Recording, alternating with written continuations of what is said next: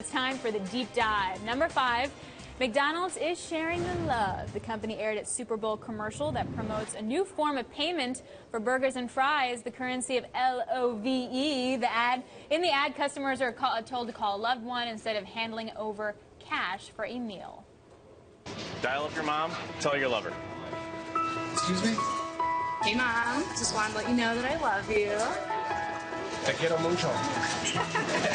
How about you just tell me that? Starting today for the next 2 weeks, you too could be randomly chosen to perform an act of lovin'. The promotion comes just days after McDonald's announced a CEO change amid slumping sales. Still with me, Bo Peabody, venture partner at Greycroft Partners. I'm going to do the dance. You can also dance. Yeah, sure. And boogie and get it sounds like food. you're going to be able to do a lot of different things to get a hamburger.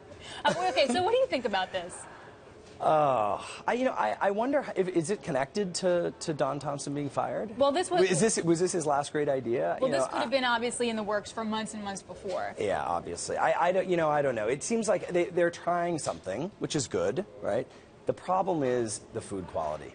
The food awareness now it's just unbelievable. The public, organic at Walmart. I just don't know if they can get past that. At the end of the day, too, is McDonald's too big of a company? You were talking about that a little bit with Alibaba. When you have over 100 products, you have 36,000 stores all over the world, most of them franchisee operated. Is it just too hard to change? There's a lot of other companies that are doing that. Starbucks is doing it. Subway is doing it. But Starbucks is not franchisee owned. They're owned by the company. Yeah, I don't think it's a matter of how big the company is. I think it is a matter of the food quality. It's just the world is going in a different direction than McDonald's, and they have to change. And it's going to be difficult, and they have to do it product by product. They can't do it wholesale, obviously. It's going to be a very difficult thing for them to do to fight against the cultural shift to higher quality food. Do you think, though, that things like, okay, this ad, but also, say, mobile will be able to help them? I mean, mobile payments, say, for Starbucks have been huge, right? I mean, can McDonald's benefit in the same kind of way? I don't know if the demographic of the McDonald's customer, I don't know if they're going to be an early adopter to a lot of those platforms, so I think they'll struggle there. I don't think that alone is going to save them. I think it comes down to the product. Right. And talking about product, when we look at the I can't deny that on this table we have I was just, red velvet Oreo cookies. Basically what we're talking about are promotions going into Valentine's Day for old school products like Oreos, like McDonald's, that hope that you will buy them. Do you believe in these kind of promotions? This obviously goes against my macro trend of higher food quality.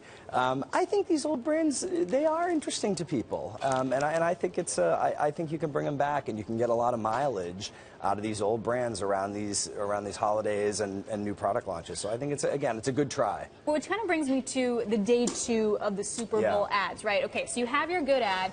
People are talking about it on Twitter. You did your social media outreach. Then today, now you got to deliver. How important is it that I walk into a store and want to buy a Budweiser, or I want to go buy something else that was advertised? I think obviously Super Bowl ads are really about getting into the subconsciousness of the consumer so that it lasts for a long time and makes an impression. I don't know if they measure the impact day 2. I think for some of the online products, there was so much video game advertising. It was amazing to me the number of mobile games that were advertised. I think that is where you will see real day 2 impact, and you'll have to measure it. But on something like Budweiser, that's something that they're just trying to get into people's subconscious. So, for years and years, the brand will grow. What about, though, the power of, say, social media? Remember the Dunk in the Dark in 2013? That was free. Yeah. I mean, no one spent $4 million on that ad, yet these guys are spending $4.5 million. I mean, is the big-time Super Bowl money going to be dead?